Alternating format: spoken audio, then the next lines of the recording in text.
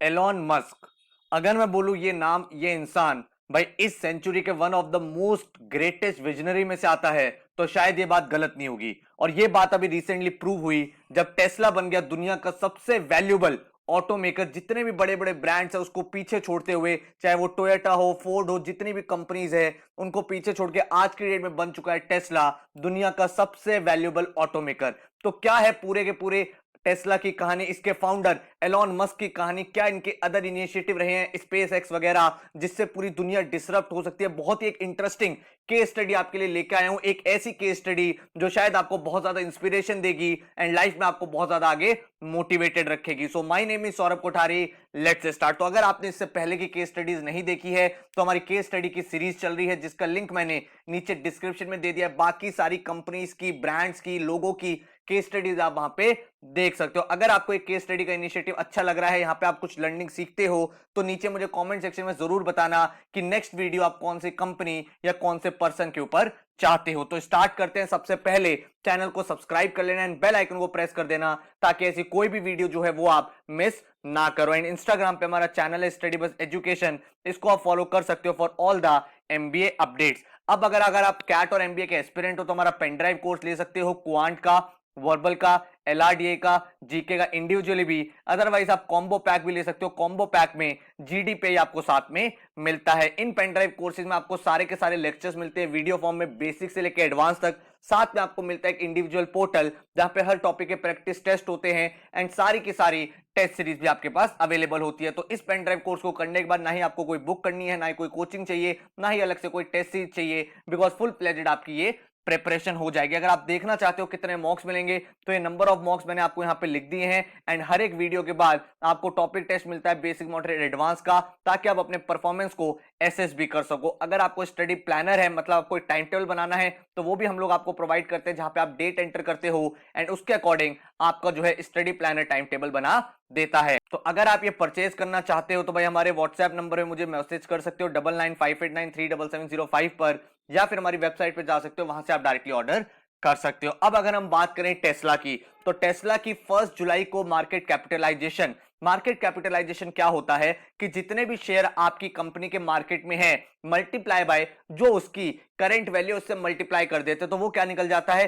वो market capitalisation निकल जाता है, कंपनी का वर्थ निकल जाता है। तो अगर आप देखोगे जितने भी बड़े बड़े ब्रांड्स है, Toyota, Volkswagen, Honda, BMW, general Motors, fiat, Ferrari, Ford, ये सारे टॉप ब्रांड्स में से है, बट टेस्ला ने इन सबको पीछे कर दिया एंड आज की डेट में दुनिया का नंबर 1 ऑटोमेकर बन चुका है। टेस्ला का जो मार्केट वैल्यूएशन है वो है $208 बिलियन, जिससे पहले जो टॉप पे था वो टोयोटा था जिसका मार्केट वैल्यूएशन था 202 बिलियन। तो इसने इसको भी पीछे कर दिया और कंपनी को पब्लिक हुए सिर्फ 10 साल हुए हैं। 2010 में कंपनी पब्लिक हुई थी एंड 2020 में आज की डेट में ये दुनिया की सबसे बड़ी कंपनी बन गई है। तो इसके पीछे रीजंस क्या है, क्या रही कहानी एलॉन मस्क की, एंड इससे रिलेटेड और भी इंपॉर्टेंट चीजों को हम सीखेंगे। तो बहुत ही अच्छी वीडियो आपको मिलने वाली है, बहुत अच्छा कंटेंट आपको मिलने वाला है, तो एक एक करके ध्यान से समझेंगे। तो अगर मैं एलॉन मस्क की बात करूं तो एक बहुत ही ग्रेटेस्ट एंटरप्रेन्योर में से इनका नाम आता है, एक बहुत ही बड़े विजनरी ये माने जाते हैं। इनका टैलेंट इतना ज्यादा है कि भाई इन्होंने रॉकेट बनाना तक सीख लिया था सिर्फ बुक्स रीड करके, कोई फॉर्मल एजुकेशन नहीं गेन करी।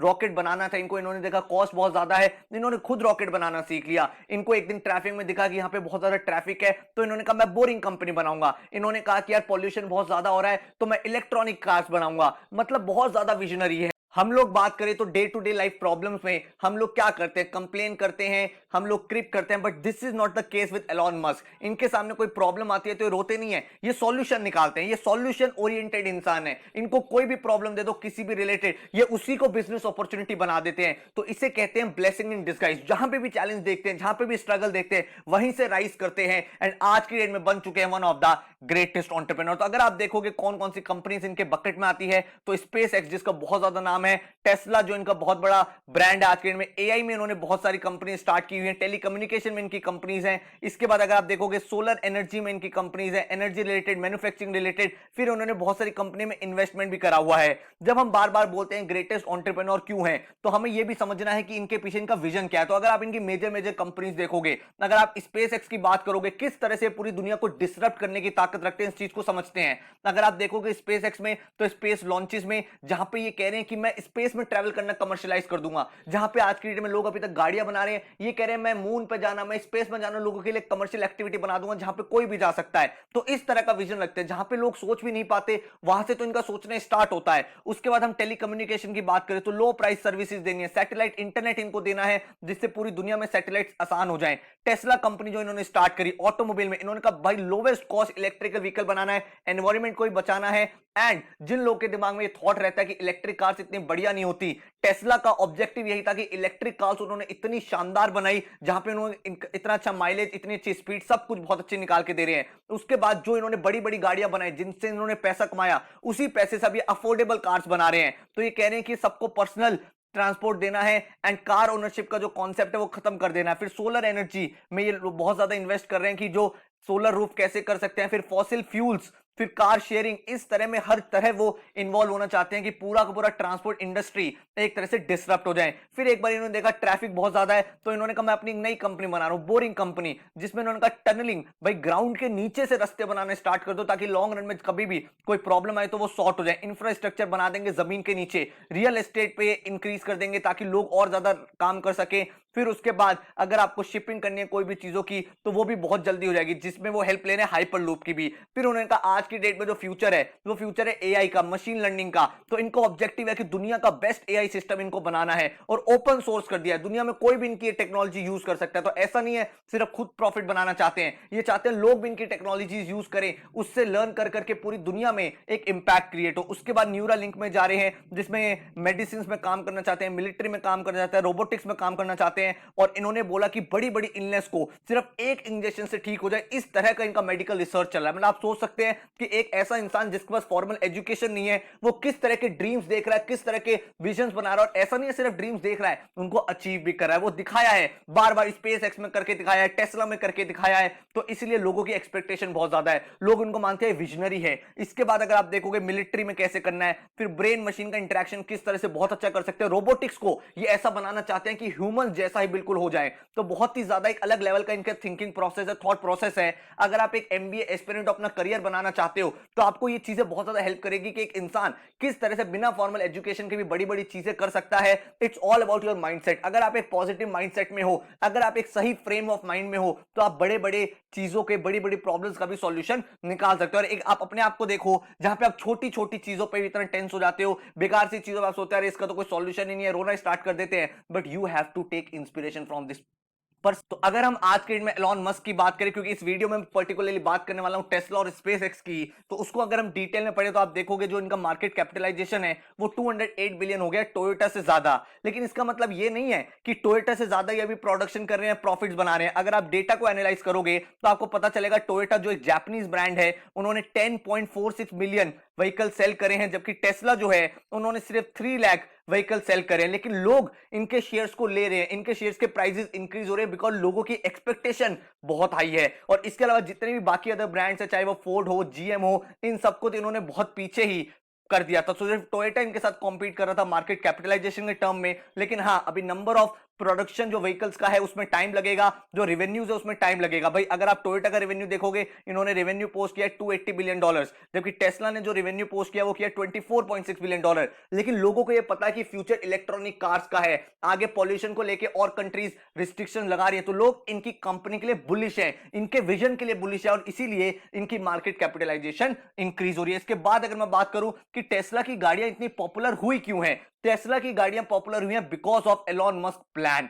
इन्होंने बहुत पहले सोचा था कि मैं इलेक्ट्रॉनिक स्पोर्ट्स कार बनाऊंगा, क्योंकि लोगों के दिमाग में परसेप्शन था कि इलेक्ट्रिक गाड़ियां तो बहुत स्लोली चलती हैं, वो अट्रैक्टिव नहीं होती, वो बहुत तेज नहीं चल सकती, वो स्पोर्ट्स कार नहीं बन सकती। तो इन्होंने स्पोर्ट्स कार बनाई, और जब वहां पे इनको स्पोर्ट्स कार में सक्सेस मिली तो जो स्पोर्ट्स कार से इन्होंने रेवेन्यू जनरेट किया उस पैसे को उन्होंने लगा दिया कि अब मुझे अफोर्डेबल गाड़ियां बनानी है, अब मुझे अफोर्डेबल कार्स बनानी है जो day to day normal life भी उसको यूज कर पाए। इसके एडवांटेजेस क्या है, तो चीपर इलेक्ट्रॉनिक है, उसका जीरो एमिशन है, और उसके बाद ये सोलर एनर्जी में काम करके इलेक्ट्रिसिटी भी आपको फ्री में देना चाहते हैं। तो इनका एक अलग ही थॉट प्रोसेस चल रहा है। और साथ में इनका सेल्फ ड्राइविंग जो टूल है जिसके बेसिस पे काम कर रहे हैं कि सेल्फ ड्राइविंग कार्स आने वाले टाइम का फ्यूचर है, तो उसमें इनका जो मॉडल है, इनकी जो एल्गोरिथम्स है, वो बहुत आगे मानी जाती है बाकी जितने भी ब्रांड्स है उनके। तो अगर आप देखोगे इलेक्ट्रिक व्हीकल में बेंचमार्क कंपनी कौन सी है, तो वो टेस्ला मानी जाती है, जिनके जो पॉपुलर ब्रांड्स है, चाहे वो मॉडल एक्स हो, मॉडल एस हो, मॉडल 3 हो, तो वो सब बाकी सारी कंपनीज के लिए एक इंस्पिरेशन बन चुके हैं। इसके बाद अगर मैं बात करूं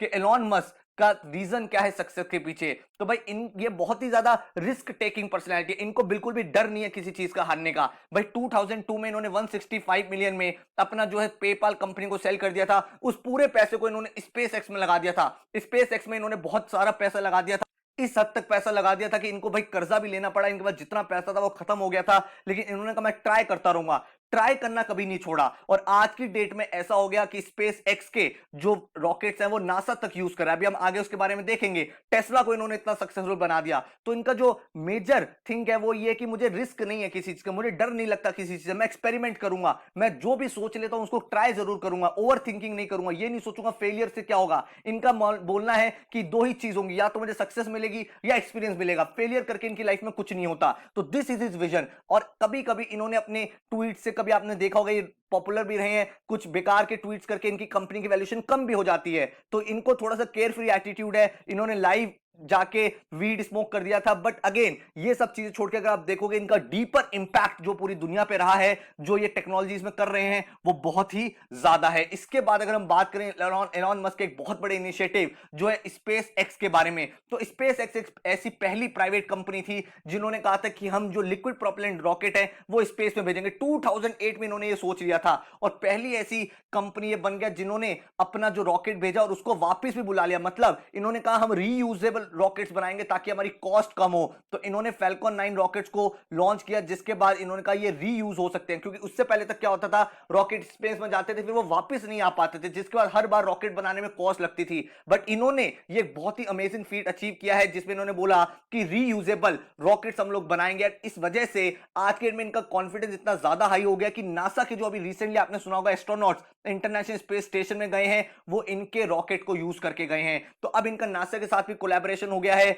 वहां पे भी ये चीजों को प्रोवाइड कर रहे हैं। लॉन्ग रन में इनका है कॉस्ट ऑफ स्पेस ट्रेवल जो है वो बहुत ही सस्ता कर देना है। फ्लाइट के रेट्स पे हम लोगों को स्पेस पे भेजेंगे ताकि वो घूम के आ सके। तो इस तरह का इन्होंने सोचा हुआ है। इसके बाद अगर आप देखोगे, हमारा क्वेश्चन आता है टेस्ला कार्स इंडिया में कब आएंगी। तो टेस्ला कार्स इंडिया में अभी तो कोई पॉसिबिलिटी नहीं दिख रही है। उसके दो तीन रीजन है। एलॉन मस्क ने बहुत बार कहा है कि मुझे इंडिया में बिजनेस करना है, मुझे इंडिया में कार्स लेके आनी है, बट इन्होंने कहा कि अभी इतनी डिमांड भी नहीं है, और डिमांड अगर है भी तो वहां पे धीरे धीरे सब चीजें स्टार्ट करेंगे। गवर्नमेंट की रेगुलेशंस हैं और अलग अलग तरह के जो टैक्सेस हैं और जो पूरी पॉलिसीज है, उन पॉलिसीज को समझने के बाद इन्होंने कहा कि 1 अगस्त से हम लोग कोशिश करेंगे कि वहां पे भी हम लोग कुछ ना कुछ स्टार्ट कर पाए। तो कहने का मतलब यह है कि टेस्ला हो गया, स्पेस एक्स हो गया, और इसके अलावा जितने मैंने इनके अदर इनिशिएटिव्स आपको दिखाए, हर एक इनिशिएटिव में ये चाहते हैं कि डिसरप्ट हो जाए, एक बहुत बड़ी प्रॉब्लम सॉल्व हो जाए। एंड बड़ी बड़ी प्रॉब्लम को सॉल्व करने के लिए बहुत ज्यादा लाइफ में चैलेंज लेते हैं। कोई इनको रिस्क नहीं है, कोई डर नहीं है, फेलियर करके इनकी लाइफ में कोई वर्ड नहीं है। हमेशा एक ही मोटो में रहते हैं,